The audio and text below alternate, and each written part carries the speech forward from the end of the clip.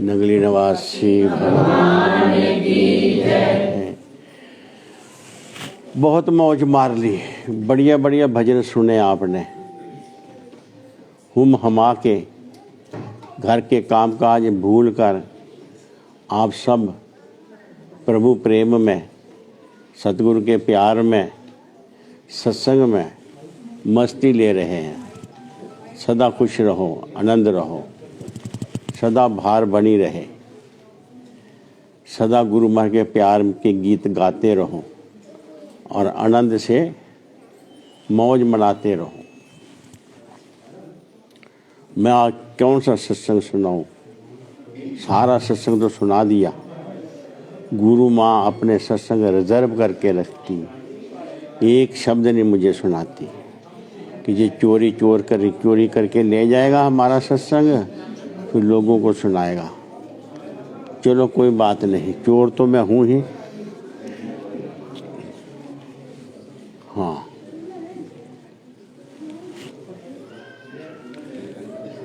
ओम सत्यम बोधमय नरूपमलम प्रत्यक्ष सर्वेश्वरम रतन जरते शीर्ष शुभ्र मुक्त श्वेदाम्बरे शोभितम मुक्तामाल्भूषितं च हृदय सिंहासने स्थितं भक्तानां वर्धनं प्रसन्नवदनं श्री सतगुरु नमः। बंदो गुरु चरण सरोज मुद मंगल्यागार, जय सेवत नर होत हैं भव सागर से पार। गुरा जी के सिमन मात्र से नाशत विघ्न अनंत, ताते सर्वरंभ में ध्यावत हैं सब संत। अपने अपने हृदय में अपने अपने इष्ट देव का पावन ध्यान धरते हुए सभी जय घोष करेंगे।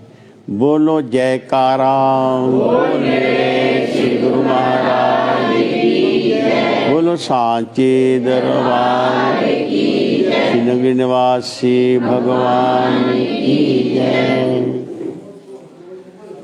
मैं आपको एक कथा सुनाता हूँ। सतगुरुदेव नगरी निवासी भगवान, सत्संग का प्रवाह चलता रहता दिन रात। रात के 12 बज जाते, सारा दिन सफ़र करना, सत्संग करना, संगतों के दुख सुख सुनना और अपनी बात बतानी, इसमें बहुत मसरूफ़ रहते। कितने वैराग्य की अवस्था में भी गुरुदेव इस सत्संग के झमेलों को चलाते हैं। सत्संग का झमेला होता है, ये तो डुमडुमी होती है। डुमडुमी बजाओ, दुनिया इकट्ठी कर लो, फिर उसमें से हमारे काम के कितने हैं? हमारे काम के कौन? जिन्हें परमार्थ से गर्ज है, जो स्वार्थ से दूर हटते हैं और परमार्थ को अपनाते हैं, वह सत्संग के ग्राहक होते हैं। रामनवमी के प्रोग्राम चल रहे थे और सेवक जन सेवा कमा रहे थे। बड़े बड़े सत्संगों के आयोजन, जैसे अब जहाँ के कार्यकर्ताओं ने गुरु माँ के हुक्म अनुसार काम किया और सत्संगों के आयोजन हुए। सत्संगों में खूब शोर डाला, भजन कीर्तन लाउड स्पीकर लगाए, सुनकर सत्संगी लोग सुनने को आए। इसी प्रकार बहुत सत्संग हो रहे थे। रामनवमी का प्रोग्राम हुआ। फंक्शन के बाद सेवादार थक जाते हैं, संत भी थक जाते हैं। हजूर गुरुदेव ने पूछा, ऐ गुरुमुखो, आपने 3-4 महीने लगातार परिश्रम किया, बहुत बड़ा दिल्ली में 1 नंबर सम्मेलन हुआ।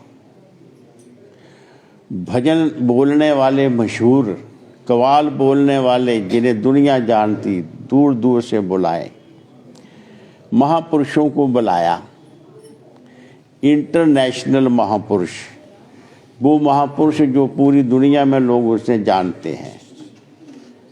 तो ये बताओ, इतना कुछ करने के बाद तुम्हारे पल्ले क्या पड़ा? अब सब चुप।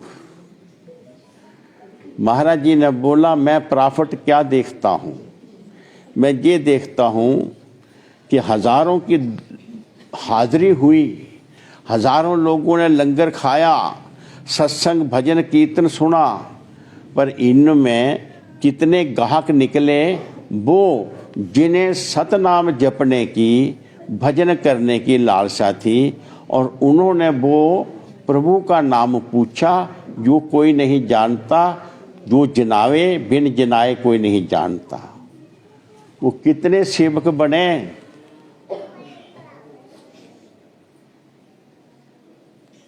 मजमा तो खूब इकट्ठा किया कि मेरी सुरमे की शीशी बिक जाएगी। हजारों लोग आए, चारों तरफ खड़े हुए, मजमा देख के चले गए। सुरमा किसी ने खरीदा ही नहीं। अब वो मजमे वाला क्या करेगा? उसने तो आडंबर रचाया था सुरमा बेचने के लिए। इसी प्रकार संत लोग तो आडंबर रचाते हैं कि इन सब में कोई ऐसा है जो अपना आप जानना चाहता है, जो ये जानना चाहता है कि इस दुनिया में मैं कहाँ से आया हूँ, किसने भेजा है, किस काम के लिए भेजा है, और जाना है तो साथ क्या लेके जाना है, इसकी क्या किसी को चिंता है? इन बातों की जिसको चिंता हो, संत सहाई सतगुरु, संत सहाई, संत उसकी सहायता करते हैं जिन्हें इस चीज की चिंता हो। ऐसा हजूर ने फरमाया। उसके बाद उन्होंने एक कथा सुनाई कि महापुरुष क्या करते हैं संसार के लिए, क्या करते हैं। श्री गुरु महाराज जी, सत्संग समाप्त हुआ, 12 बज गए, विश्राम करने लगे। पर्सनल सेवादार श्री गुरु महाराज जी का, जिसका नाम था परम ज्ञानानंद महात्मा, वो गुरु महाराज जी की पर्सनल सेवा करते थे। गुरु महाराज जी पलंग पर सो गए, उन्होंने नीचे बिस्तरा किया, वो भी विश्राम करने लगे। थोड़ी देर के बाद समय बीता, नींद आने लगी, तो श्री गुरु महाराज जी उठकर बैठ जाते हैं, और ऐसे जैसे कोई बड़ी टेंशन में होता है आदमी, नींद आती नहीं है, बेचैनी है, नींद नहीं आ रही। श्री गुरु महाराज जी ने एक लंबा सांस लेके हवा छोड़ी। सेवादार जाग गए। गुरुदेव, आप कैसे इतनी चिंता कर रहे हैं? आपको नींद नहीं आ रही? हजूर, किस बात की चिंता है? श्री गुरु महाराज जी पलंग पर बैठ के कहने लगे, ओ परम, सुन मेरे दुख की बात। मैं इस भाव सागर में, इस दुख भरे संसार में, भव सागर में रूहों को डूबता देखकर मुझे चैन नहीं। मैं नाम की बेड़ी लेकर इस सागर में कूद गया, और सभी इन रूहों को जो गोते खा रही हैं इस माया जाल में, मैं इन्हें कहता हूं, आओ मेरा हाथ पकड़ो, मैं तुम्हें इस दुख से बचा लूंगा। पर ये माया से ठगी हुई रूहें मुझे भी ठग समझकर अपना हाथ मेरे हाथ में नहीं देते कि कहीं ये भी हमें ठग ना ले। मैं इनके पीछे दौड़ता हूं कि तुम आओ, अपना हाथ मेरे हाथ में दो, मैं तुम्हें इस महान कष्ट से निकाल लूंगा। कैसा महान कष्ट है पता आपको? ओहो, पता ही नहीं। सारी जिंदगी परिश्रम किया, हर निशाने पे तीर लगा, कोई निशाना नहीं चूका, हाथ कुछ भी नहीं आया। पढ़े लिखे, रुपये कमाए, कोठियां बनाइयां, कारें मोटरें ली, घर सामान से भरा, अपना स्टैंडर्ड बनाया, रिश्तेदारों से ऐसे बरते टाप का, पर रात को नींद नहीं आती, बेचैनी बनी ही रहती है। जिन बाल बच्चों के लिए इतना परिश्रम किया, उनका मुंह देखकर क्या महसूस होता है? वो हंसे तो हम हंस लेंगे, वो रोए तो हम रो देते हैं। हमारे हृदय की खुशी गमी किसी के अधीन हो गई।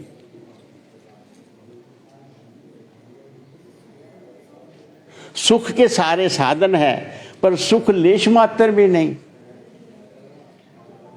क्या ये झूठ है? कभी सोचा ये क्या हो रहा है हमारे साथ? ये भवसागर है।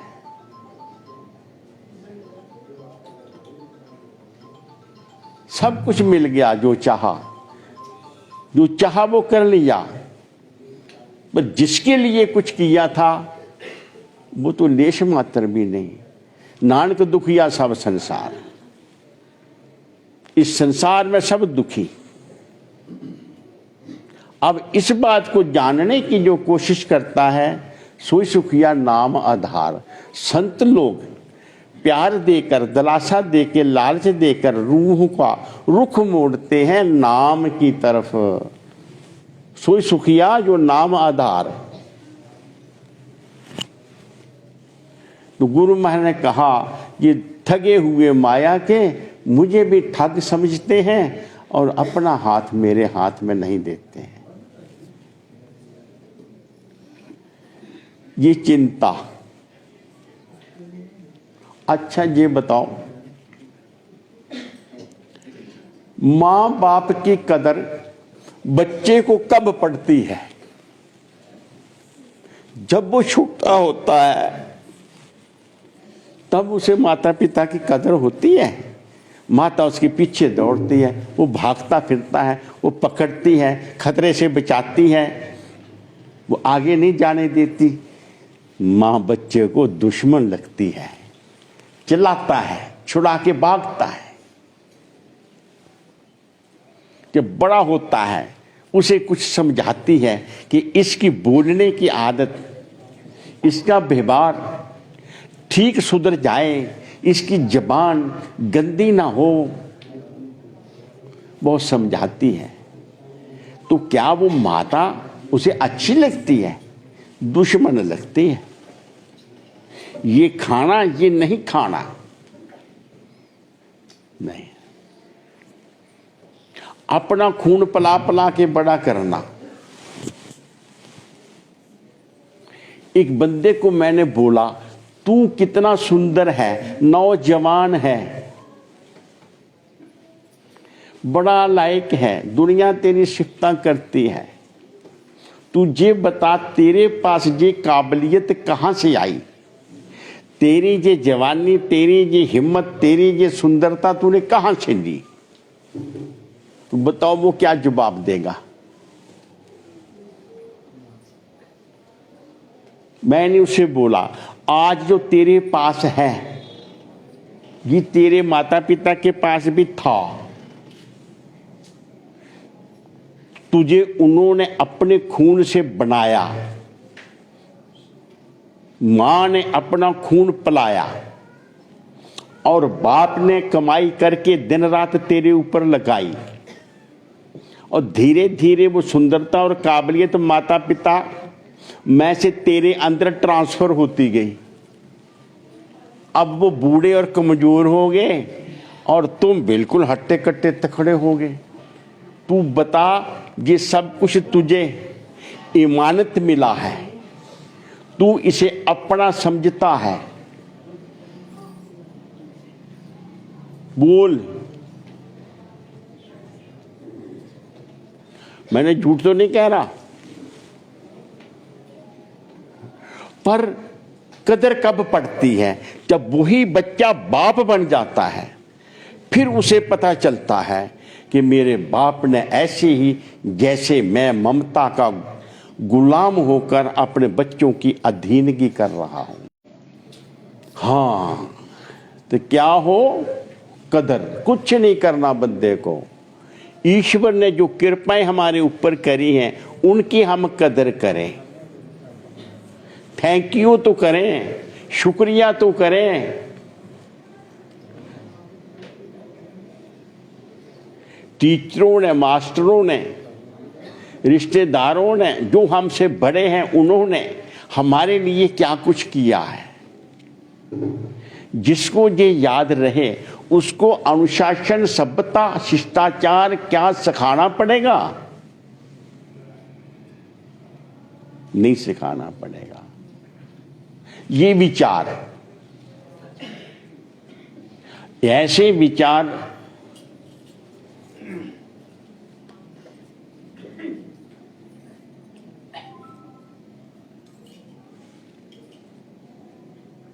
मैं आपको क्या दे रहा हूं?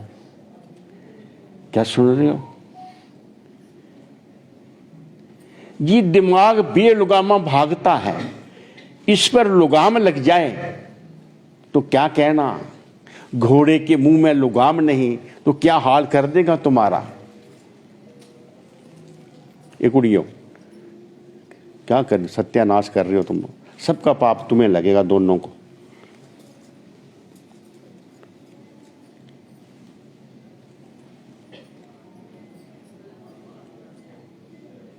इशारे कर रही है कि दूसरे को आओ लब कर लें। बोलो जयकारा।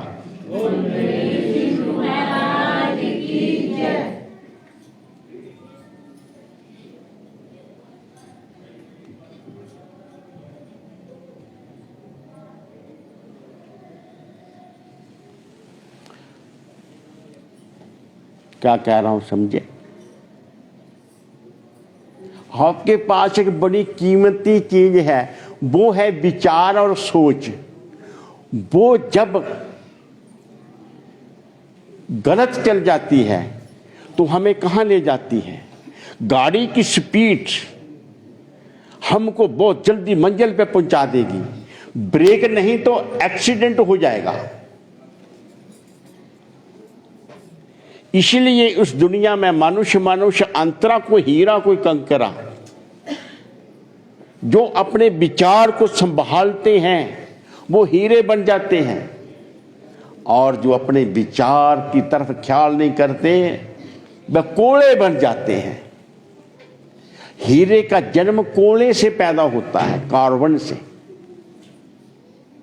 संभल जाने से। जिस प्रकार एक बंदा अपने विचारों को संभालता संभालता हीरा बन जाता है, जैसे महात्मा गांधी का वजन तो 40 किलो था, पूरी दुनिया उसको जानती थी, उसके विचार उसके कंट्रोल में थे। इन्हीं विचारों को हम कैसे संभालने में ये बात बता रहा था। क्योंकि हमारे दृष्टिकोण गलत हो जाता है दुनिया में, तो विचार गलत हो जाता है। वो एक बात मैं बता रहा था, कथा कहानियां मुझे बहुत आती हैं, उनसे क्या निकलेगा?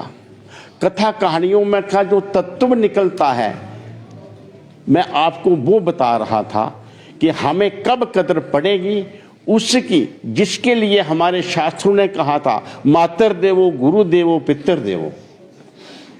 तीन देवताओं की जो मानकर चलता है, तीन देवताओं को जो कोई मानता है संसार में, वो हीरा बन जाता है। नहीं तो कोले से तो मुंह भी काला, हाथ भी काले होंगे।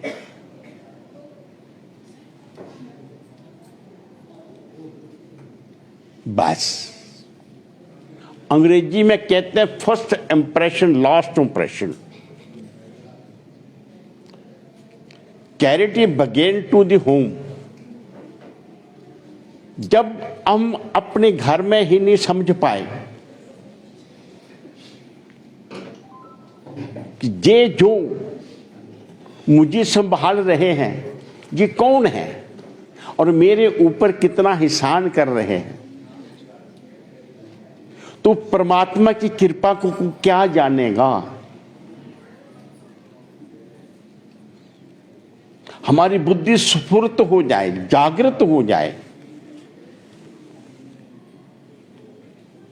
तो सत्संग में बुद्धि जागृत स्फुर्त होती है।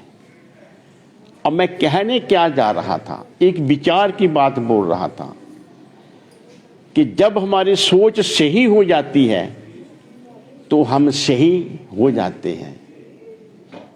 जब सोच हमारी बिगड़ जाती है, हम बिगड़ जाते हैं। सोच हमारी अपने मूल की तरफ हो। हमारा मूल आत्मा और परमात्मा, और उनकी जो कृपाएं हुई हमारे ऊपर, जरा उसका शुक्रिया करें, थैंक यू करें। और सुनो, अपनी जगह आओ। ईश्वर ने हमें इंसान बनाया। चलो मैं आपको खुद नहीं कहता, जगत गुरु शंकराचार्य ने एक किताब लिखी छोटी सी, आखिर में, बाद में, उसके अंदर उन्होंने एक श्लोक लिखा कि कौन इंसान इंसान बनता है,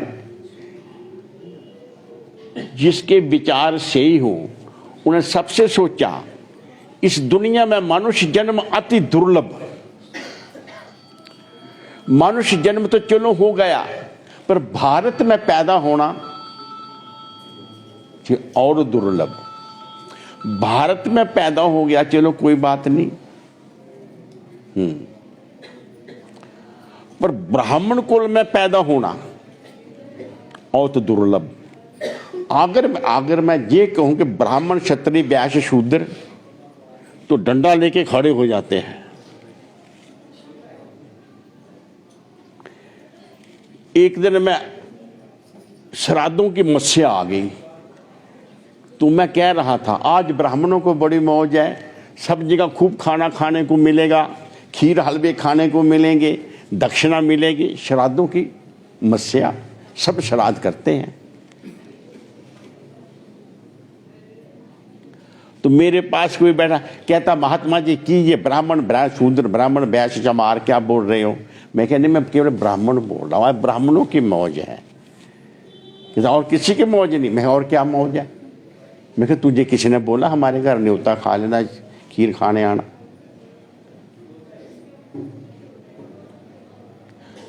ब्राह्मण कौन है? ब्रह्म जानती सा ब्राह्मणा। ब्रह्म वो कैसे है ब्रह्म? जैसे करंट कभी देखा आपने? हाथ लगा के देखा ना तार को, मोटर कैसे भागती है, करंट कितना काम करता, लाइट किसे जग रही है, उसी से ठंडा, उसी से गर्म हो रहा है। एसी में वो ठंडा कर देता है और हीटर में गर्मी कर देता है। एक करंट, वो जो पावर है, एको ब्रह्म द्वितीय ना आस्ते, वो परमात्मा है,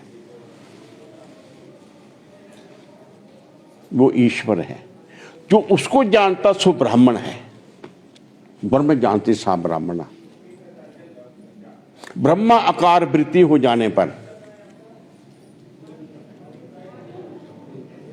चलो छोड़ो इस बात को।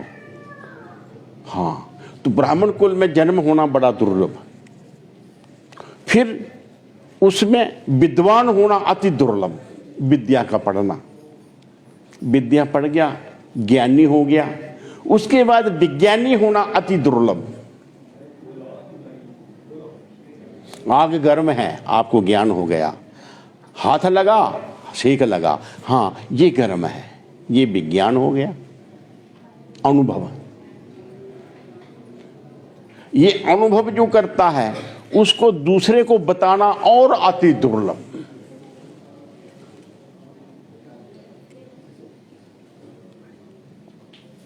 और अति दुर्लभ। तो ये कैसे आता है? सोच से। ये सोच जब हमारी सुधरेगी तो दुनिया हमें ऐसे दिखाई देगा जैसे वैकुंठ धाम है। एक दिन मैं सोच रहा था कि वैकुंठ में क्या है, अब व्याख्या आती शास्त्रों में। हाँ, वैकुंठ धाम में एक एक कृष्ण तो एक एक गोपी, ऐसे कहा। मैंने कहा जितने कृष्ण उतनी गोपियां। बात समझने की कोशिश करो।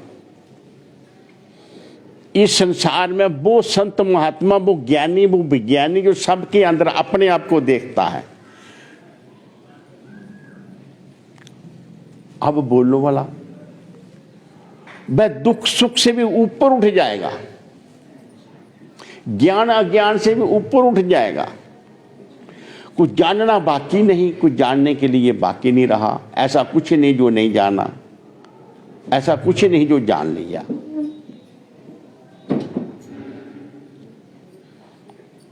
यही सृष्टि वैकुंठ धाम है।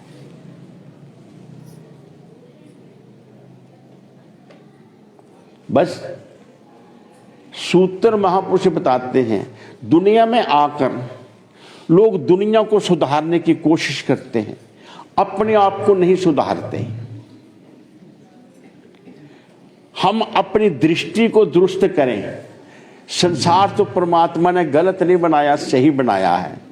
जिसको पीलिया रोग हो गया उसे सब जगह पीले पीले धब्बे दिखाई देते हैं, क्योंकि वो आंखों की पुतली के ऊपर पीले धब्बे आ जाते हैं। हम अपनी दृष्टि सुधारें। जैसे किसी को मतलब परस्ते, उसी दृष्टिकोण से वो दुनिया को देखता है। एक ही चीज सबको भिन्न भिन्न प्रकार की दिखाई देने लगती है। दर्शन शास्त्र मिसाल देता है कि यहां पर एक गाय है, चौराहे पे चारा चल रही है, बड़ी अच्छी गाय है। उधर से एक ब्राह्मण गुजरता है, वो गौ माता कितनी अच्छी है, ये तो कपला गाय लग रही है, इसके गले में हार डालूं, इसे प्रणाम करूं। ठीक है। फिर आहिर पास से गुजरता है, कहता है गाय कितनी अच्छी है, ये कितना दूध देती है, ये जितना खाएगी दूध तो दुगनी कीमत का देगी, बहुत अच्छी गाय है, दूध बहुत देती होगी। पास में एक और निकला, वो कहता है वाह ये गाय कितनी बड़ी है, ये मरेगी तो इसका चमड़ा कितना निकलेगा। पता नहीं किस किस्मत वाले के हाथ आए इसका चमड़ा। फिर एक और आदमी जाता है जो जानवरों की हड्डियां इकट्ठे करते हैं, गाय बहुत बड़ी है, मरेगी तो कितना हड्ड निकलेगा, हड्ड इसके। गाय तो वही है। सोच सबकी, जैसा जैसा किसी का अंतःकरण उसी नजर से दुनिया को देखता है। लेकिन जिसके हृदय में अपने मालिक का दर्द है वो देखता है सारा संसार मेरे प्रभु का अपनाया हुआ है। वो ईश्वर भगवान मेरा है तो दुनिया किसकी है, बाप तेरा है तो बाप की जायदाद किसकी हुई, ईश्वर तुम्हारा है तो दुनिया किसकी हुई। उसको अपना बनाओ या उसके बन जाओ। सीधी सी बात में, दूध में पानी या पानी में दूध। कि दूध में पानी मिलाओ तो पुण्य होता है, दूध में पानी मिलाओ तो पाप होता है। नहीं समझे? दूध में पानी मिलाया, अरे दूध में पानी डाला है, और पानी में दूध डाल लो तो कच्ची लस्सी बनी, खूब पिलाओ पुण्य हो जाता है। कोई कहता है रे प्रभु तू मेरी मान, मेरा ये काम कर, मेरा वो काम कर। क्यों? रे प्रभु मैं तेरा, तू जैसे रखेगा मैं रहूंगा, क्योंकि तू मेरा मालिक सर्वशक्तिमान है। तू ही जानता है कि मैं कैसे खुश रह सकता हूं। इस दुनिया में कोई आकर सुखी नहीं रहा, दुनिया में आकर कोई खुश नहीं रहा। शराब उसको पागल करता है जिसके अंदर चली जाती है शराब। दुनिया उसको पागल बनाती है जिसके अंदर दुनिया की ममता चली जाती है, वो पागल हो जाता है। मोह ममता दुनिया की, ये बंदे को पागल बना देती है। नहीं, हमसे हमारा मालिक मोह करे, हम क्यों उससे करें। मौज आ गई। अब बताओ, विचार की बात है। इन्हीं विचारों को अपने मालिक के ध्यान में, उनकी सेवा में, उनकी महिमा में, उनके गीत गाते गाते जिंदगी बीते तो जिंदगी जिंदगी है। कैसी जिंदगी? जिंदगी वही जिस जीने से हमारा मालिक प्रसन्न हो जाए हमारे ऊपर। हम ऐसा जीवें कि वो दुख माने, हाय कि क्यों जम्मिया सी मैं। माता पिता के हुक्म में बच्चा नहीं रहता, मनमर्जियां करता है, अपने खानदान की इज्जत पर धब्बा लगाता है, तो माँ कहती है हाय मैं क्यों जम्मिया सी तेनू, मेरी गलती है, ना ही जमदा तो चंगा सी। क्यों? कि उसने विचार नहीं किया कि मैं किसी का परिश्रम हूं। खुद खुदा बन गए और बिगड़ गए। इसलिए अपने मालिक को सदा याद रखने वाले, उनके विचार सार्थक बने रहते हैं। यही याद कराई जाती है। मैं कुछ सत्संग बोलता हूँ, मैं सोचता हूँ मैं ऐसे क्यों बोल रहा हूँ, ऐसे बोले जाता हूँ, कुछ समझ आती है। समझ ये आती है कि बस समझ जाओ हमारा कोई है, किसी ने हमें पैदा किया है और किसी काम के लिए पैदा किया है, और जो हमें समय मिला है इसकी लिमिट है। इसलिए अपनी जिंदगी का समय लिमिट है, इसका सद उपयोग करें हम, और सदा उस मालिक का शुक्रिया करें कि उन्होंने हमें अच्छी जगह पैदा किया और अच्छी संगत दी। हम अपना जीवन ऐसा बनावें जैसा मालिक चाहता है। और क्या चाहता है? कुछ नहीं चाहता मालिक। माँ बाप क्या चाहते हैं बच्चे से? यदा खुश रहे, बस वो खुश रहेगा तो वो भी खुश रहेंगे। क्या हम दुनिया में खुश रहते हैं? ये खुद अपने आप से पूछ लो। हम क्यों दुखते हैं? दुख क्यों होता है? तो महापुरुष कहते हैं नानक दुखिया सब संसार। संसार तो सारा दुखी है, बस सोई सुखिया जो नाम आधार। उस मालिक का नाम जपने वाला सदा सुखी रहता है। बस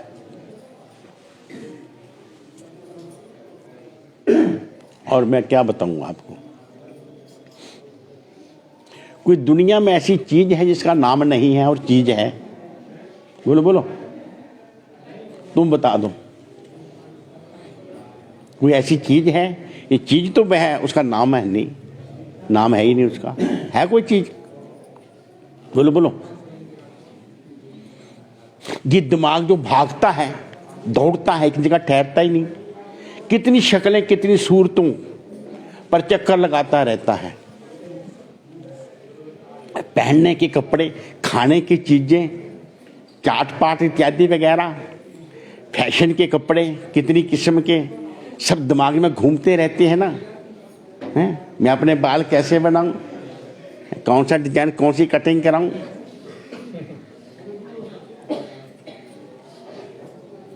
क्या भागता है ना। हाँ, तो इनमें बड़ा मजा आता है।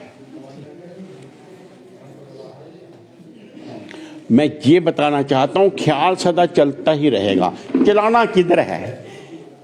यह तो मालिक ही बताएगा, लेकिन उधर जा रहा है कि हम अपने घर से दूर भागे जा रहे हैं। अगर कहीं उधर गति हो जाए मन की, जिधर हमारा मालिक परमपिता परमात्मा है, तो उसे सदगति कहते हैं। उसके अपोजिट है तो दुर्गति कहते हैं। और सदगति कौन करता है? माता पिता और गुरुजन, इनकी अधायत पर गौर करो और बिना सोचे मान जाओ, घाटा नहीं रहेगा। राम राम जपने से कुछ हाथ नहीं आता, राम ने जो किया वो करना पड़ेगा। राम ने क्या किया बोलो? सबसे मुश्किल काम जो हम नहीं कर सकते।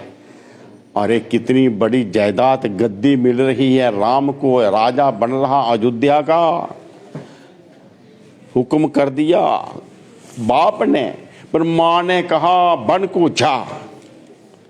और राम ने आना करना कुछ न देखा, झटपट मान गए, बन को चलने लगे।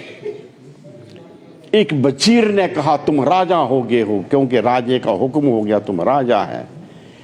ये माता जो तुम्हें वनवास दे रही है, जेल में बंद कर दो और गद्दी पर बैठो। राम ने क्या कहा पता? माता की बात ना मानना अधर्म है। अधर्म से प्राप्त हुआ राज्य अधर्म ही फैलाएगा।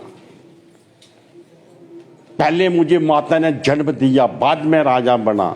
पहले मैं माता की बात मानूंगा, उसके बाद फिर सोचूंगा क्या करना है। तो माता का हुक्म मान लिया ना। उन्हें कहा तेरा पिता का हुक्म नहीं मानना। कहना पिता की आज्ञा में माता की आज्ञा नहीं होती। पिता अपनी मर्जी से आज्ञा दे सकता है और माता हमेशा पिता के अधीन है। इसलिए माता की आज्ञा में पिता की राय मर्जी जरूर है, और पिता के हुक्म में माता का हुक्म शामिल नहीं होता। वो अपनी मर्जी से कुछ भी कह दे। सत्य झूठ बोलो बोलो बोलो। हाँ, इसलिए माता जो कहती है वो सत्य वचन करके उसी समय मान लो। और पिता कुछ कहता है तो माता से पूछ लो पिताजी ऐसे बोल रहे हैं, ठीक है या नहीं। माता की आज्ञा बड़ी होती है, पिता की आज्ञा छोटी होती है। नहीं समझे बात? तो ये क्या है? धर्म। माता पिता का हुक्म मानना ये धर्म है। राम ने ये किया तो राम राम जपने से क्या मिलेगा? जो उन्होंने सिखाया वो किया ही नहीं।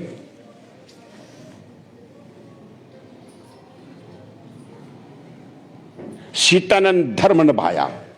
पति वन में जा रहा मुसीबत में, मैं संगी रहूंगी, तो साथ दिया। फिर माइया का कोई पता नहीं किहड़े वेले जिद पकड़ा लैन। छोटी दी गल तो जिद पकड़ ली। राम जल्दी खल उतार के लिया उससे, जा जल्दी, इस हिरन की खाल लाएगा, बड़ी सुंदर है, मैं इस पर बैठ के भजन करूंगी। जिद कर ली। आगे छल किया उस राक्षस ने। लक्ष्मण जल्दी जाओ, बड़े खतरे में है राम। लक्ष्मण हंसे कि माता क्या बोल रही है। लक्ष्मण तू नहीं चाहता, तू चाहता है कि राम मर जाए। तेरी मेरे ऊपर गंदी नजर है, तू इसलिए नहीं जा रहा राम की सहायता को। लक्ष्मण कहने लगा अच्छा कोई बात नहीं, तेरी हिफाजत करना मेरा धर्म है, ये रेखा के पार मत जाना। माता मैं आपको कैद नहीं कर सकता, तुम इस रेखा के पार मत जाना, इस रेखा के अंदर कोई नहीं आ सकता।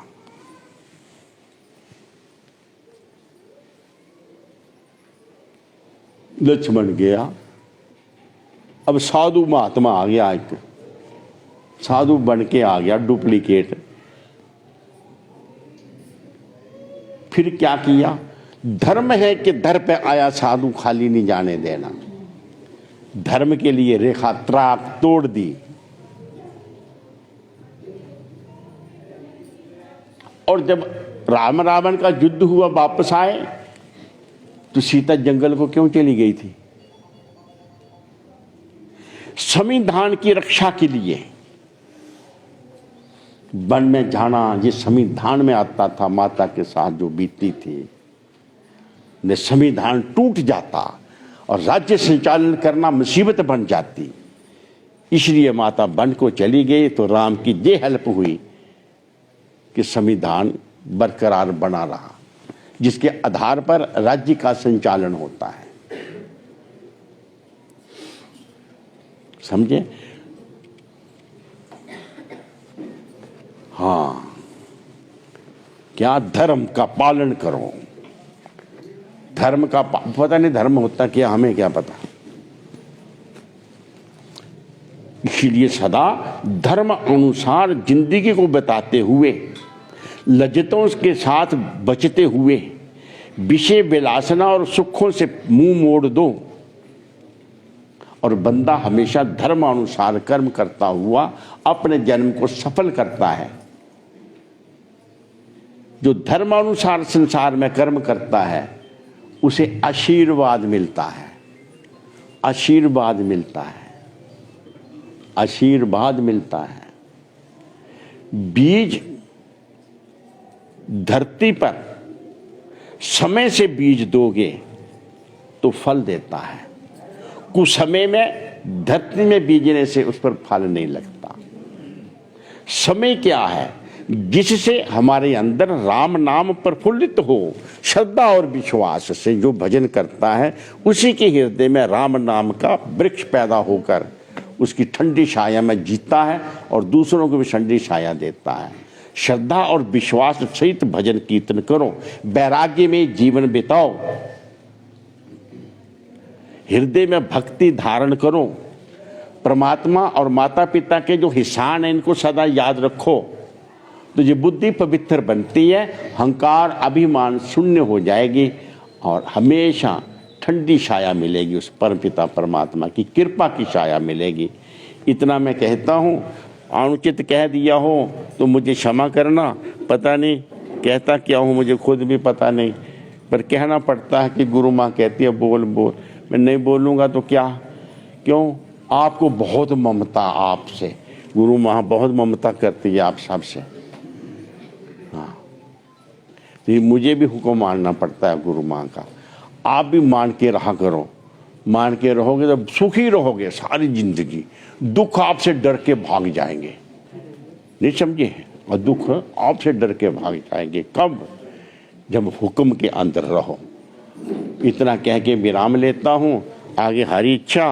आप हमारे सेक्रेटरी साहब ने कुछ कहना है, पर मैं देखता रहता हूँ, पता नहीं कहाँ छुपे हुए हैं, सामने बैठे ना, दीवे थल्ले अंधेरा में नजर नहीं आ रहे। हाँ, आप जो कुछ कहना कह दो, आगे पीछे की बात बता दो। अनुचित कोई कह गया हूँ तो मुझे क्षमा करना, अच्छी बात हो तो अपना लेना। बोलो जयकारा बोल मेरे, बोलो सांचे दरबार नगीर निवासी भगवान की जय।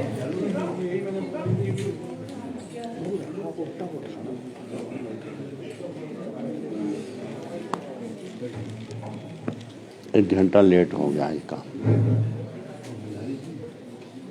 बोल जयकारा बोले श्री गुरु महाराज की जय। और अभी आपने हमारे स्वामी जी महाराज जी के श्रीमुख से इतने अच्छे तरीके से उन्होंने हम सबको इस कि नानक दुखिया सब संसार, इस संसार में हर व्यक्ति कहीं ना कहीं माया मोह में फंसा हुआ, वो कितनी भी सुविधाएं उसके पास हो, उसका जीवन राशि हो, फिर भी वो कहीं ना कहीं दुखी अपने आप को पाता है।